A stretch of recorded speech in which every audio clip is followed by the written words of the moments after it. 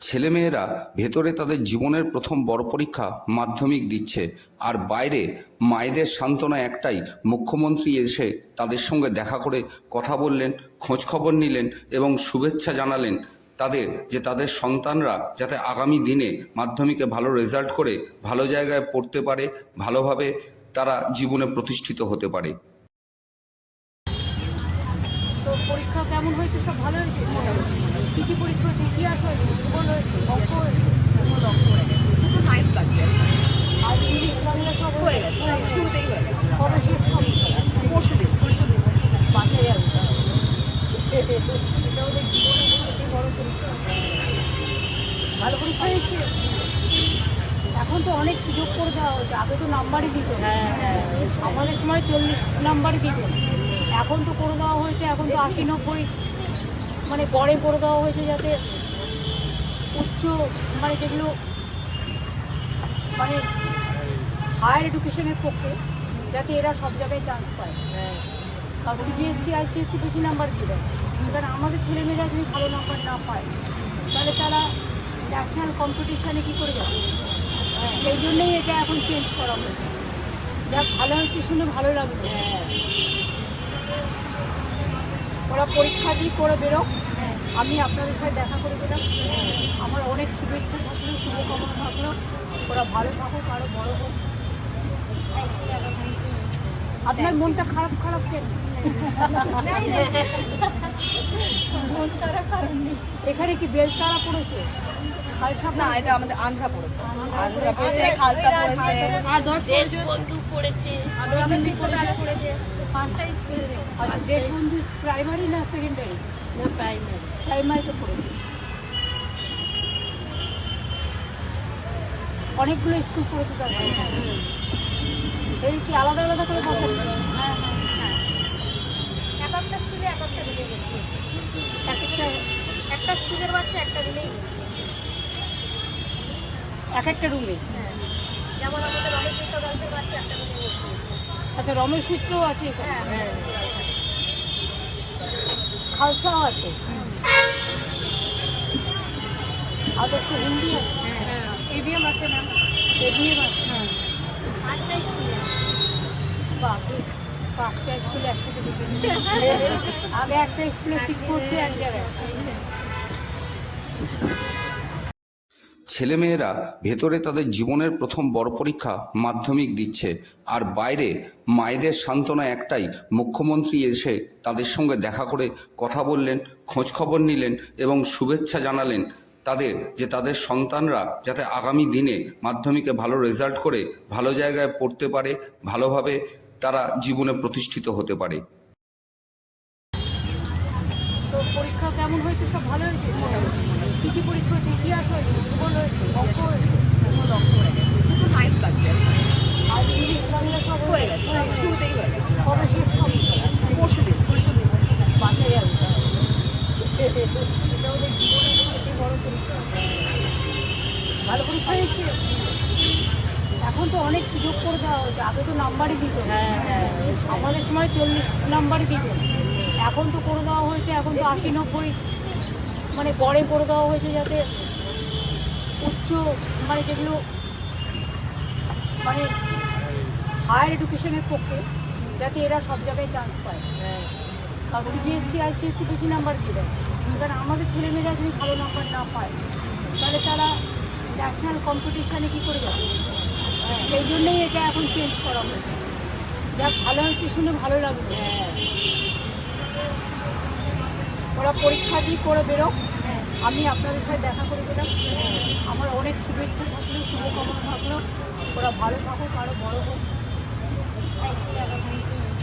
আপনার মনটা খারাপ খারাপ কেন?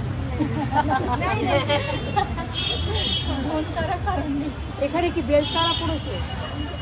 না, এটা আমাদের আন্ধ্রা পড়েছে, আন্ধ্রা পড়েছে, খালসা পড়েছে, দেশবন্ধু পড়েছে, পড়েছে। 5টা স্কুল। আচ্ছা, দেশবন্ধু প্রাইমারি না সেকেন্ডারি? না, প্রাইমারিতে পড়েছে। অনেকগুলো স্কুল পড়েছে তারপরে। এই কি আলাদা আলাদা করে বসাচ্ছে? এক একটা স্কুলে এক একটা দিনে গেছে। এক একটা স্কুলের বাচ্চা একটা রুমেই বসে। এক একটা রুমে? হ্যাঁ, যেমন আমাদের রমেশ মিত্র গার্লসের বাচ্চা একটা রুমে বসে। আচ্ছা, রমেশ মিত্রও আছে এখানে? হ্যাঁ, খালসাও আছে? আদর্শ হিন্দি আছে? ইভিএম আছে ম্যাম। এভিএম আছে? আটটা স্কুলে বাপরে, 5টা স্কুলে একসাথে ঢুকেছে। আগে একটা স্কুলে সিট করছে এক জায়গায়। আগামী 22 থেকে 25শে ফেব্রুয়ারি হুগলির ডানকুনিতে হতে চলেছে সিপিআইএমের 27তম রাজ্য সম্মেলন। সেই উপলক্ষে এদিন গণ অর্থ সংগ্রহে ডানকুনির রাস্তায় নামেন সিপিআইএমের রাজ্য কমিটির সম্পাদক তথা পলিট ব্যুরোর সদস্য মোহাম্মদ সেলিম, হুগলি জেলার সম্পাদক তথা রাজ্য সম্পাদক মণ্ডলীর সদস্য দেবব্রত ঘোষ সহ সিপিআইএমের অন্যান্য নেতাকর্মীরা। জানা গেছে 25শে ফেব্রুয়ারি প্রকাশ্য সমাবেশে প্রধান বক্তা হিসেবে উপস্থিত থাকবেন প্রকাশ কারাত, মোহাম্মদ সেলিম, মীনাক্ষী মুখার্জি সহ অন্যান্য সিপিআইএমের নেতানেত্রীরা। গত 2 মাস ধরে 3 মাস ধরে এখানকার কমরেডরা শুধু ডানকুনি নয়, ডানকুনি শুধু আশেপাশে না, গোটা হুগলি জেলার কমরেডরা নেমেছেন। তার প্রস্তুতিতে সাধারণ মানুষের সাহায্যের হাত বাড়িয়ে দিয়েছেন। দেখলেই বুঝতে পারবে কিরম লাল ঝান্ডা সেজে উঠেছে। 22 থেকে 25 আমাদের রাজ্য সম্মেলন 27তম এখানে। আর সেখানে আগামী 3 বছরের কর্মসূচি হবে। 3 বছরের মধ্যে 25-এ যখন এখানে প্রকাশ্য সভা শেষ হবে, তারপরে 26-এর প্রস্তুতি শুরু হবে। বলো, বাসের বলো, গণপরিবহন ব্যবস্থা ভেঙে দিয়েছে 2 সরকার মিলে। এখন সবাই যে দেখো স্কুলে বাচ্চা যাচ্ছে, সরকারি কোনো পরিবহনের ব্যবস্থা আছে? যে যার নিজের ভরসা। আর তার উপর দাঁড়িয়ে স্ট্যান্ডপ্যাডের লোক মারা যাচ্ছে, আর অন্যদিকে বিজ্ঞাপন দিয়ে যাচ্ছে। পৃথিবীর যে কোনো জায়গায়, আমাদের দেশেও সবসময় তীর্থে অসংখ্য মানুষ সমাগম হয়। তাহলে এত বছর পরে এত প্রস্তুতি করে যখন কুম্ভ মেলা হচ্ছে, তো শুধু ভিআইপি স্থানের জন্য না টিভিতে ছবি তোলার জন্য? তাহলে এই যে সাধারণ মানুষ যাচ্ছেন, তাদের ব্যবস্থা কি হবে, নিরাপত্তার ব্যবস্থা কি হবে? আজকে রেলের নিরাপত্তা নেই, কারণ রেলে কোনো মন্ত্রী নেই। আজ পর্যন্ত একটা রেলে এই প্রথম আমাদের স্বাধীনতার পরে কোনো পূর্ণাঙ্গ রেল মন্ত্রী নেই। তাহলে একটা অন্তত সবসময়ের জন্য একটা রেল মন্ত্রী দিতে হবে, তো রেলটা চলবে কি করে? আগে ছিল খুন করলেই দেখবে তৃণমূল, এখন দেখবে খুন হলেও তৃণমূল। এবং সেখানে দাঁড়িয়ে এই বোমা, বন্দুক, পিস্তল উদ্ধার কথা বলেছিল মমতা ব্যানার্জি, কিন্তু কিছু উদ্ধার হয়নি। আরো পান্ডুয়া ব্লকের জায়ের দারবাসিনী গ্রাম পঞ্চায়েতের প্রধান জয়নাবা খাতুনের বিরুদ্ধে সরকারি প্রকল্প থেকে আরম্ভ করে সমস্ত ক্ষেত্রে স্বজন পোষণের অভিযোগ তুলে এদিন পঞ্চায়েত অফিসের সামনে বিক্ষোভ দেখালো তৃণমূলেরই একাংশের পাশাপাশি গ্রামবাসীরা। শেষে পরিস্থিতি সামাল দিতে সেখানে এসে উপস্থিত হন পান্ডুয়ার বিডিও, সদর মহকুমা শাসক সহ অন্যান্য উচ্চপদস্থ আধিকারিকরা। তারা আলোচনা করে বেরিয়ে যাওয়ার পর তৃণমূলের একাংশ এবং গ্রামবাসীরা আরও উত্তেজিত হয়ে প্রধানকে একটি ঘরে আটকে রেখে বিক্ষোভ দেখাতে শুরু করে। এরই মাঝে পঞ্চায়েত প্রধানের শ্বশুরমশাই এসে এক মহিলা নির্মাণ সহায়কের ঘরে ঢুকে ভেতর থেকে ঘর বন্ধ করে দিলে উত্তেজনা আরও চরমে পৌঁছয়। পরে এ বিষয়ে গ্রামবাসীদের তরফে একজন জানান। অন্যদিকে বিজেপির এক নেতাও বলেন,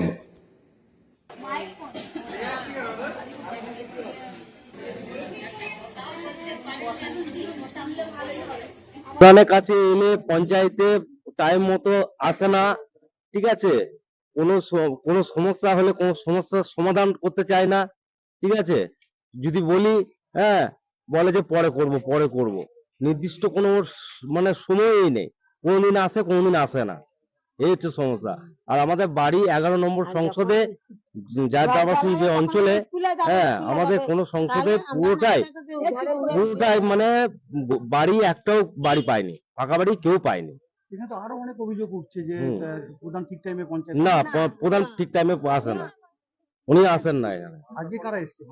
আজকে এসছে মানে ওই এসডিও বা ভিডিও থেকে যেসব মানে ইনকোয়ারি করতে এসছে। আপনারা গ্রামবাসী যদি কি চাইছেন এখন? আমরা চাইছি ঠিক মতো কাজ বাজ করুক, ঠিক করে থাকুক, আর নাহলে সরে যাক। উন্নয়ন করুক, নাহলে সরে যাক, সোজা কথা। আমাদের অভিযোগ। আমার নাম সুনীল বাবুল দাস। প্রথমে আমি এখানে পঞ্চায়েতের তৃণমূল যে সকল সদস্য আছে তাদেরকে ধন্যবাদ জানাবো, এবং আপনারা যারা মিডিয়া এসেছে তাদেরকে ধন্যবাদ জানাবো এই কারণে, যা আমরা ভোটের আগে জনসাধারণকে যেটা বোঝাতে পারিনি, আজকে তৃণমূলের সকল সদস্যরা নিজেদের ভুল বুঝে আজকে পঞ্চায়েতে যে বিক্ষোভ করছে, এর জন্য এদেরকে আমরা ধন্যবাদ জানাবো। কারা বিক্ষোভ করছে? তৃণমূলের যত সদস্য আছে তারা নিজেরা বিক্ষোভ করছে। কেন কারণ কারণ হচ্ছে এই পঞ্চায়েতের দীর্ঘদিনের দুর্নীতি। আজকে বিভিন্ন কলের যে ব্যাপার আছে সেখানে দুর্নীতি, ইন্দিরা আবাসনের ঘরে দুর্নীতি, পয়সা খেয়ে বিভিন্ন লোককে ফলস ওয়ারিশন সার্টিফিকেট দেওয়া, এই ধরনের বিভিন্ন দুর্নীতির প্রতিবাদে আজকে তৃণমূলেরই সদস্যরা প্রধানকে আটকে রেখে বিক্ষোভ করে এবং পঞ্চায়েতে প্রধানের ঘরে তালা মেরে দেয়। যার পরিপ্রেক্ষিতে আজকে এসডিও ম্যাডাম এসেছিলেন এবং উনি চলে যাওয়ার পরে আজকে লোকাল জনসাধারণ এখন প্রধানকে আটকে রেখে বিক্ষোভ দেখাচ্ছে। আপনি তো একজন বিরোধী দলনেতা, আপনার দিক থেকে কি বলবেন এই বিষয়ে? এই নতুন কিছু নয়, সারা রাজ্যে যে ধরনের ভাবে আজকে প্রশাসন চলছে, আমাদের জায়েরদারবাসিনী অঞ্চলের এই পঞ্চায়েত তার বিকল্প নয়। আজকে সারা রাজ্যের দুর্নীতি এইভাবেই চলছে। মানুষ আগামী দিনে যাতে সচেতন হয় এবং সচেতন ভাবে ভোট দিয়ে আমাদের ভারতীয় জনতা পার্টিকে ক্ষমতায় নিয়ে আসে, তার জন্য সকলকে অনুরোধ দাদা, জানাবো। একটা জিনিস দেখলাম এখানে যে প্রধানের যে শ্বশুর মশাই, তিনি নির্মল সড়কের ঘরে ঢুকে খিল দিয়ে বসছিলেন এবং সাংবাদিকরা প্রশ্ন করলে সাংবাদিকরা ঠেলে ফেলে দেয়, কি বলবেন এটা? উনি দীর্ঘদিন ধরে পঞ্চায়েতে আসেন, উনি পঞ্চায়েতের কোনো প্রতিনিধি নয়, কোনো স্টাফ নয়, উনি প্রধানের শ্বশুর। প্রধান এবং প্রধানের শ্বশুর মিলেই পঞ্চায়েতে এই ধরনের দুর্নীতি করছে, আমাদের দীর্ঘদিন ধরেই খবর আসছে। আজকে যার জন্য জনসাধারণ বিক্ষোভ দেখিয়েছে। আপনি কি চাইছেন তাহলে? এখন আমরা যেটা চাইছি, তৃণমূলের যারা সদস্য তারা চাইছে, জনসাধারণও চাইছে এই সরকার যাতে উৎখাত হয়, এই প্রধান যাতে সরানো যায় তার ব্যবস্থা চাইছে।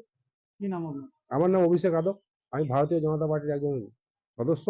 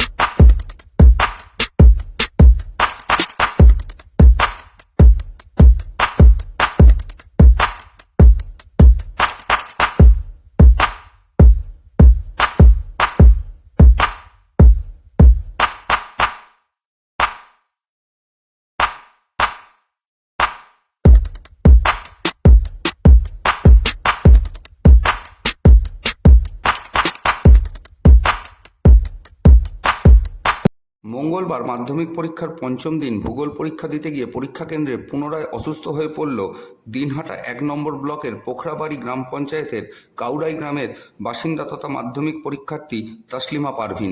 ঘটনা প্রসঙ্গে জানা গেছে, দিন কয়েক আগে সাউন্ড সিস্টেম বাজানোর প্রতিবাদ করতে গিয়ে পোখরাবাড়ি গ্রাম পঞ্চায়েতের পঞ্চায়েত সদস্যার স্বামী এবং তার পরিবারের লোকজনের হাতে বেধড়কভাবে প্রহৃত হন তাসলিমা।